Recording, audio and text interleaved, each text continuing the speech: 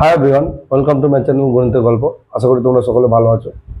আজকে এশিয়ান বই থেকে যে অঙ্কগুলো করাচ্ছিলাম তারই কন্টিনিউশন। আমি লাস্ট ভিডিওতে 7 পর্যন্ত অঙ্ক বুঝিয়ে দিয়েছিলাম। তোমরা রেসপন্সও করলো যে স্যার নেক্সট ভিডিও তাড়াতাড়ি পোস্ট করো। তো আমি সেই জন্যে পরের ভিডিওটি নিয়ে চলে এলাম। তো এখানে দেখো আমি 8, 9, 10 এবং 11 চারটি অঙ্ক রেখেছি।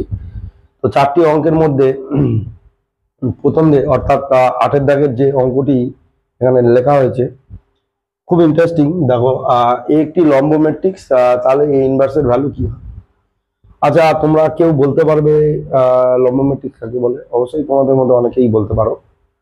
তো লম্ব ম্যাট্রিক্স হচ্ছে কি না, এ ইন্টু এটি equal to I N. N কেন লিখলাম না, এন অর্ডার ম্যাট্রিক্স ধরে নিয়েছি, তাই জন্য এখানে এন লিখেছি। যদি এটা 3 অর্ডার হতো তাহলে I3 লিখতাম। তো এবার আমাকে বলো, এই যদি লম্ব ম্যাট্রিক্স হয় তাহলে ইনভার্স করতে। আচ্ছা, ইনভার্সের যে সংজ্ঞা ছিল তোমরা এটা আমরা আগের ভিডিওতে আলোচনা করেছিলাম। এ বি ইকুয়াল টু আই, এখান থেকে আমরা বলতে পারি কি না, বি ইকুয়াল টু কি এ ইনভার্স। অর্থাৎ যে যদি কোনো বর্গ ম্যাট্রিক্সের সাথে আরেকটি ম্যাট্রিক্স গুণ দেওয়ার ফলে যদি আউটপুট বা রেজাল্ট আই পাই, তবে সেই বি ম্যাট্রিক্সটাকে আমরা এ ম্যাট্রিক্সের বিপরীত ম্যাট্রিক্স বা ইনভার্স বলি।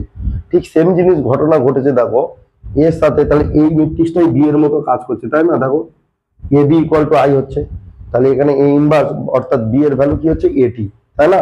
তাহলে লম্ব ম্যাট্রিক্স যদি এ হয় তাহলে তার ইনভার্স ম্যাট্রিক্স বা বিপরীত ম্যাট্রিক্স নিশ্চিতভাবে এটি। তাহলে এটি অপশন বি হচ্ছে কারেক্ট, তাই না? তাহলে আমি 8-এর দাগের অঙ্কটা তোমাদের বোঝাতে সমর্থ হয়েছি। তো চলো এবার 9-এর দাগের যে প্রবলেমটি এখানে আছে আমি সেটি একটু ইলাবোরেটলি বলি। তো দেখো এখানে একটি প্রকৃত লম্ব ম্যাট্রিক্স, ঠিক আছে? এখন এই প্রকৃত লম্ব ম্যাট্রিক্স অর্থাৎ কি, প্রকৃত লম্ব ম্যাট্রিক্সকে আমরা এরকম ভাবে ডিফাইন করি। তো দেখো আমরা এ ইন্টু এটি লম্ব ম্যাট্রিক্স হলে কি হয়, আই হয়। এটা আমরা এখনই লিখলাম। এবার এদের যদি আমরা বোথ সাইড ডিটারমিনেন্ট নিই, তাহলে দেখো কি হয়, এ ইন্টু এটি ইকুয়াল টু কি হচ্ছে, ডিটারমিনেন্ট অফ কি আই, তাই না? তো এখান থেকে আমি লিখতে পারি ডিটারমিনেন্ট এ ইন্টু ডিটারমিনেন্ট এটি ইকুয়াল টু হচ্ছে ডিটারমিনেন্ট আই মানে 1। আমরা জানি যে বর্গ ম্যাট্রিক্স ইউনিট ম্যাট্রিক্সের ডিটারমিনেন্ট বা একক ম্যাট্রিক্সের ডিটারমিনেন্ট 1 হয়। আবার এটাও জানি যে ডিটারমিনেন্ট এটি মানে ডিটারমিনেন্ট এ, তাহলে এখানে লিখতে পারি into determinant A equal to 1. So determinant a whole square is equal to 1. So determinant a equal to plus minus 1. এই রেজাল্টটা তোমরা মনে রেখে দেবে যে যদি a লম্ব ম্যাট্রিক্স হয় তাহলে ডিটারমিনেন্ট a তার ভ্যালু কি হচ্ছে, হয় প্লাস 1 হবে আর নয় মাইনাস 1 হবে। এখন কখন প্লাস 1 হবে আর কখন মাইনাস 1 হবে এই ধরনের প্রবলেম সলিউশন করার জন্য এই ম্যাট্রিক্সটাকেই আমরা আলাদা করে দিচ্ছি না। ডিটারমিনেন্ট এ যদি কোনো ডিটারমিনেন্ট এ ইকুয়াল টু যদি 1 আর এখানে হচ্ছে মাইনাস 1, তো কখন 1, যদি অর্থোগোনাল ম্যাট্রিক্সটা বা লম্ব ম্যাট্রিক্সটার ডিটারমিনেন্ট 1 হয় তবে তাকে আমরা বলবো কি প্রকৃত লম্ব ম্যাট্রিক্স। কি বলবো, প্রকৃত লম্ব। অর্থাৎ এই ডিটারমিনেন্ট ভ্যালুটা কি হবে, অপশন বি হচ্ছে কারেক্ট। ডিটারমিনেন্ট ভ্যালুটা হচ্ছে কি 1 হবে। এখানে কিন্তু -1 নেব না, কারণ প্রকৃত যদি লম্ব ম্যাট্রিক্স বলে তাহলে বলবো নিশ্চিতভাবে তার ডিটারমিনেন্ট ভ্যালু কি হবে, 1 হবে। তো বুঝতে পারলে? তো চলো পরের যে কনসেপ্ট সেটি দেখি। পরের কনসেপ্টটা কিভাবে হয় আমি এটি মুছে দিলাম। তো পরবর্তী যে অঙ্কটি আছে দেখো 2/2 ক্রমের কোনো matrix A equal to A B C D এর বিপরীত ম্যাট্রিক্স অস্তিত্ব থাকার জন্য প্রয়োজনীয় এবং যথেষ্ট শর্ত 4টে অপশন দিয়েছে। আচ্ছা, তোমরা আমাদের বলো যে এ ইনভার্স মানেটা কি? আমরা জানি যে এ ইনভার্স মানে অ্যাডজয়েন্ট এ বাই কি ডিটারমিনেন্ট এ, এটা আমরা অলরেডি জেনে এসেছি। এখন এ ইনভার্সের মধ্যে দেখো উপরে তো একটা ম্যাট্রিক্স আছে, নিচে কিন্তু একটা সংখ্যা আছে না, ডিটারমিনেন্ট এ। এখন তোমরা এবার বলো যে ডিটারমিনেন্ট এ যদি 0 হয়ে যায়, তো ভাবো তো যে ডিটারমিনেন্ট এ ইকুয়াল টু 0 হয়ে গেল, অর্থাৎ সিঙ্গুলার ম্যাট্রিক্স, সি ম্যাট্রিক্স আমি বললাম সিঙ্গুলার সিঙ্গুলার হয়ে গেল। তাহলে এই সিঙ্গুলার ম্যাট্রিক্সের ডিটারমিনেন্ট 0 হয়। তাহলে এইখানে যদি এ যদি সিঙ্গুলার ম্যাট্রিক্স হতো, তাহলে নিচে 0 দিয়ে ভাগ সম্ভব হতো কি? আমরা রাশনাল নাম্বারে পড়েছি নিচে 0 দিয়ে ভাগ, এটা ইনডিফিনিট। তো সেই ক্ষেত্রে আমাদের এখানে কিন্তু ডিটারমিনেন্ট এটাকে নট ইকুয়াল টু 0 না হলে এই ইনভার্স পাবো না। সুতরাং আমাদের কি লিখতে হবে না, ডেট এ অবশ্যই কি হবে, নট ইকুয়াল টু 0 হতে হবে, তাই না? তাহলে det A not equal to 0 হলে তবেই আমাদের হাতে এ ইনভার্স থাকবে, না হয়তো এ ইনভার্স থাকার চান্স নেই। তো এইবার এই যে ম্যাট্রিক্সটা দিয়েছে এইটা ডিটারমিনেন্ট একটু ক্যালকুলেশন করে দেখি ডেট এ কি দাঁড়ায়। তাহলে ডিটারমিনেন্ট হচ্ছে কি এ বি সি ডি। এবার আমরা জানি যে ডিটারমিনেন্ট ভাঙতে গেলে প্রথমে এই ডায়াগোনাল মাইনাস এই ডায়াগোনাল গুণ দিতে হয়, আর তারপর বিয়োগ এডি মাইনাস বিসি। এখন এই ডিটারমিনেন্টের ভ্যালু কি হবে, নট ইকুয়াল টু 0 হতে হবে। তাহলে এখান থেকে এইটা নট ইকুয়াল টু 0 হতে হবে, তাই না? দেখো এই অপশনটি অবশ্যই আছে, থাকা উচিত। AD minus BC equal 0, AD minus BC not equal. তাহলে option B is the correct one, তাই না? তা দেখো কত সহজে কনসেপ্ট গুলো তোমরা বুঝতে পারছো। তো এই ম্যাট্রিক্সের এরকম কনসেপ্ট গুলো কিন্তু আমাদের আস্তে আস্তে ক্লিয়ার করতে হবে, তাহলে যখন যে কোনো রকমের আমরা প্রবলেম সলভ করতে শিখে যাব। তো চলো পরের যে প্রবলেমটি, এটি বা কিভাবে ট্রিক্স ইউজ করা যায় দেখা যাক। এখানে স্ট্রেট ফরওয়ার্ড প্রবলেম বলেছে, মানে এখানে দেখো বলছে কি একটা ম্যাট্রিক্স অবশ্যই স্কোয়ার ম্যাট্রিক্স, কারণ অ্যাডজয়েন্ট বের করতে দিয়েছে না। তো অ্যাডজয়েন্ট অবশ্যই রেক্ট্যাঙ্গুলার ম্যাট্রিক্স বা আয়তাকার ম্যাট্রিক্সের পাওয়া যাবে না, ডেফিনেশন ওইভাবে দেওয়া হয়নি। তো এখানে দেখো 2x2 ক্রমে একটি matrix M N P Q বলছে, তাহলে বলছে কি তার অ্যাডজয়েন্টটা কি হবে সেটা তোমরা বের করো। তাহলে এটা তো খুব সহজ একটি প্রবলেম। তো দেখো আমি এখানে তোমাদের একটু বোঝাই যে এ ইকুয়াল টু বলে দিয়েছে কি এম এন আর পি কিউ, তাই না? তাহলে এখান থেকে আমাদের কি বের করতে হবে, অ্যাডজয়েন্ট এ। আচ্ছা অ্যাডজয়েন্ট এ মানে সেটাও কি 2x2 ক্রমের ডিটারমিনেন্ট হবে, এই সরি ম্যাট্রিক্স হবে, কেন কি এটা 2x2 ক্রম, তাহলে এটাও কি হবে 2x2 ক্রম।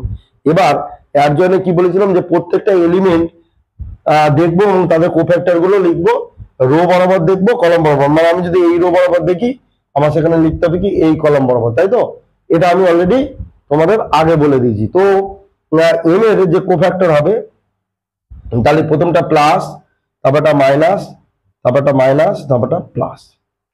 তাহলে আগে আমরা এই সাইন গুলো লিখে নিই, আমরা জানি একবার করে অল্টার করবে। তাহলে এম বাদ দিলে, তাহলে এখানে এম কোথায় আছে, এটা বাদ দিলে কি হবে কিউ, তাহলে এখানটা কি পড়বে কিউ প্লাস কিউ।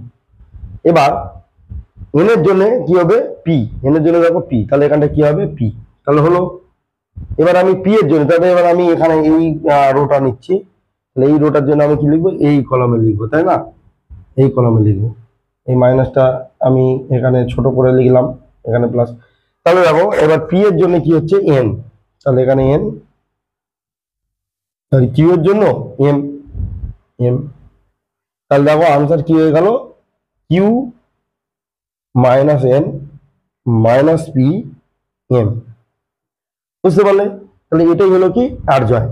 এবার এখানে দেখো নিশ্চয়ই কোনো না কোনো অপশন এখানে মিলবে, Q minus N minus P M, দেখো অপশন সি, তাই না? তাহলে এটা হচ্ছে আমার কারেক্ট ওয়ান।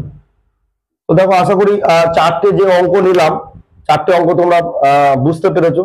আর যদি না বুঝে থাকো তাহলে অবশ্যই আমাকে কমেন্ট করে জানিও যে স্যার এই চারটের মধ্যে এই অঙ্কটি আমাদের বুঝতে সমস্যা হচ্ছে বা এর কনসেপ্টটা আমাদের বুঝতে সমস্যা হচ্ছে। আমি আবার না হয় এই অঙ্কগুলো নিয়ে তোমাদের সঙ্গে আলোচনা করবো, কারণ তোমাদের এই কনসেপ্টটাই আগে দরকার উচ্চ মাধ্যমিক পরীক্ষা ভালোভাবে দিতে গেলে। কনসেপ্ট না হলে কিন্তু ইন জেনারেল তোমরা সব ধরনের অঙ্ক হ্যান্ডেল করতে পারবে না। তো চলো আমি পরের অঙ্কে যাচ্ছি, পরের এমসিকিউ গুলো কিরকম আছে দেখি। তো এখানে দেখো যে তিনটি অঙ্ক নিয়েছি 12, 13 এবং 14। তো এই অঙ্কগুলোই কি নতুন ট্রিক্স অ্যাপ্লাই করে খুব সহজে সলভ করব। তো চলো দেখা যাক। আর তোমরা যে রেসপন্স করছো এটা আমার খুব ভালো লাগছে, যে তোমরা অঙ্কগুলো বুঝতে পারছো বা তোমাদের কোন কোন অঙ্কগুলো দরকার সেগুলো কমেন্ট করছো। আর আমি একটি তোমাদের জন্য গ্রুপ বানাচ্ছি, হোয়াটসঅ্যাপ গ্রুপ। এই গ্রুপটির লিঙ্ক ভিডিও ডেসক্রিপশনে দিয়ে রাখছি বা আমার ইউটিউবের অ্যাবাউট সেকশনে দিয়ে রাখছি। তোমরা এই গ্রুপে জয়েন হয়ে গ্রুপে অবশ্যই রিপ্লাই করো যে আরো কি ধরনের তোমাদের সমস্যা বা কি ধরনের ভিডিও আসবে, তো সেটি আমি তোমাদের সাজেশন পেয়ে সেগুলোই করবো। তো চলো এই 3টি অঙ্ক কিভাবে করা যায় সেটি দেখি। তো প্রথম যে অঙ্কটি এখানে দেখছি নাম্বার 12, যে ডিটারমিনেন্ট A0 বলে দিয়েছে, তাহলে এই ম্যাট্রিক্সটি হবে। আচ্ছা, আমি লাস্ট দুটি ভিডিওতে এটি বলে এসেছি যে ডিটারমিনেন্ট এ ভ্যালু কখন 0 হয়। একটি ম্যাট্রিক্স দু রকম ম্যাট্রিক্স থাকতে পারে তোমাদের স্কয়ার ম্যাট্রিক্স, একটা সিঙ্গুলার এবং একটি নন সিঙ্গুলার আমি বলেছিলাম। এখন সিঙ্গুলার ম্যাট্রিক্সটা কি স্যার? সিঙ্গুলার ম্যাট্রিক্স হচ্ছে সেই ম্যাট্রিক্স যাদের ডিটারমিনেন্ট ইকুয়াল টু 0, আর নন সিঙ্গুলার হচ্ছে সেই ম্যাট্রিক্স তাদের ডিটারমিনেন্ট কি হয় পজিটিভ নয় নেগেটিভ, অর্থাৎ নন জিরো। ঠিক আছে, তাহলে এরকম কোশ্চেন তোমাদের আসতে পারে যে একটা ডিটারমিনেন্ট +5 আছে, তাহলে এটি সিঙ্গুলার না নন সিঙ্গুলার? একটা ডিটারমিনেন্ট -5 আছে, তো সেটি সিঙ্গুলার না নন সিঙ্গুলার? চোখ বুঝিয়ে সেটি নন সিঙ্গুলার, কারণ নট ইকুয়াল টু 0। তাহলে তো এই অঙ্কটি তোমাদের মুখে মুখে আনসার হয়ে যাবে। তো এইটা দেওয়া আছে, তো এখান থেকে আমরা কি বলতে পারি, তাহলে প্রতিসম বিপ্রতিসম তো নয়, তাহলে সিঙ্গুলার এবং নন সিঙ্গুলার মধ্যে একটি হবে। দেখো এখানে ইকুয়াল 0 আছে, তাহলে নন সিঙ্গুলার আরো কোনো চান্স নেই, তাহলে এটি কিন্তু এই অপশনটা, তাই না? তো আশা করি এইটা তো তোমরা বুঝতে পেরেছো। এবার পরের যে প্রবলেমটা খুব ইন্টারেস্টিং, দেখো এখানে একটা স্কেলার ম্যাট্রিক্স দিয়েছে এবং মাঝখানে যে স্কেলার সংখ্যাটি নেওয়া হয়েছে কি না 3, তাই না? এবং ওই ম্যাট্রিক্সটা 4 বার গুণ করতে হবে। তো আমাদের অল্প সময়ের মধ্যে কেনই বা আমরা 4 বার গুণ করতে যাব, যেহেতু শর্ট প্রসেস আমাদের জানা। শর্ট প্রসেসটা কি? তো দেখো এই যে ম্যাট্রিক্সটা দিয়েছে, আমি একটু চেঞ্জ করে লিখি। এই ম্যাট্রিক্সটাকে আমি যদি 3 কমন নিই, তাহলে 1 0 0 0 1 0 0 0 1, তাই না? তাহলে এখান থেকে স্কোয়ার বের করতে পারি, তাহলে কি হবে? স্কোয়ার হচ্ছে 3 3 যা কত 9, 1 0 0 0 1 0 0 0 1 ইন্টু 1 0 0 0 0 সরি 0 1 0 0 0 1। বুঝতে পারলে কেন 9 হলো বলো তো? এই 3 স্কোয়ার মানে কি, দুটো 3 আসবে, 3 3 9, আর এই ম্যাট্রিক্স দুটো আসবে। এবার এটা দেখো আইডেন্টিটি ম্যাট্রিক্স বা ইউনিট একক ম্যাট্রিক্স, তাই না?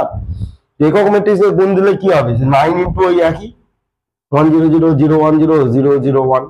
এবার এটা যদি স্কোয়ার হয়, তাহলে a টু দি পাওয়ার 4 মানে কি? a square into a square, তাই না? তো এখান থেকে আমরা যদি এইটাকে আবার এটা দিয়ে গুণ করি, তাহলে a টু দি পাওয়ার 4 পাবো। তাহলে 9 আর 9 গুণ দিলে কত? 81। আর এখানে হচ্ছে দেখো 1 0 0 0 1 0 0 0 1।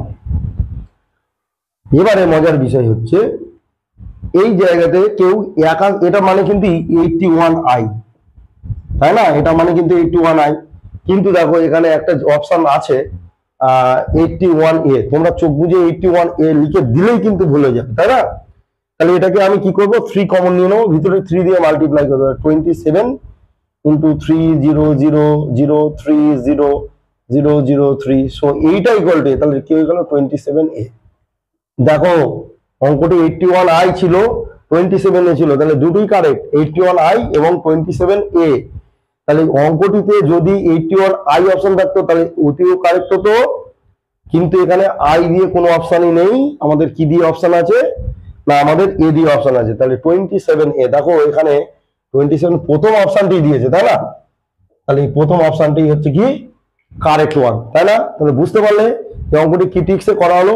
আমরা এর বাইরে কোনো ট্রিক্সই যাব না, কারণ এর বাইরে যাই করো না কেন তোমাদের বড় হয়ে যাবে, সময় নষ্ট হয়ে যাবে। তো আমি এবারে এইটি মুছে দিই, মুছে আমি 14 দাগের অঙ্কে যাই। 14 দাগের অঙ্কে এটিও একটি কনসেপচুয়াল ব্যাপার আছে। তোমরা কতটা বুঝছো অবশ্যই কমেন্ট করো, কারণ তোমাদের কমেন্টের মাধ্যমেই আমি বুঝতে পারবো যে তোমাদের কতটা ক্লিয়ার হচ্ছে আইডিয়া, বা তোমরা এই ধরনের অঙ্ক বাড়িতে কতটা প্র্যাকটিস করছো। তো দেখো যদি এই একটি এন ক্রমের বর্গমেট্রিক, দেখো এখানে আগে এন ক্রম বলে দিয়েছে অবশ্যই, ঠিক আছে? এন ক্রম মানে বর্গমেট্রিক, এন বাই এন তো নেই, এন ক্রম মানে অর্থাৎ এটা বর্গমেট্রিক, ঠিক আছে? এবং আরেকটি রিলেশন ওরা বলে দিচ্ছি এটি এ ইকুয়াল টু আই। তাহলে বলছে কি এই ইনভার্সটা কি হবে, ইনভার্সটা কত হবে, এরা কোশ্চেন করছে। তো আমরা বিপরীত ম্যাট্রিক্সের সংজ্ঞা কি জানি বলো? তা যদি A B equal to B A equal to I হয়, then A inverse equal to B বলা যায়, তাই না? তো সেম জিনিসটাই তো এখানে ঘটে আছে।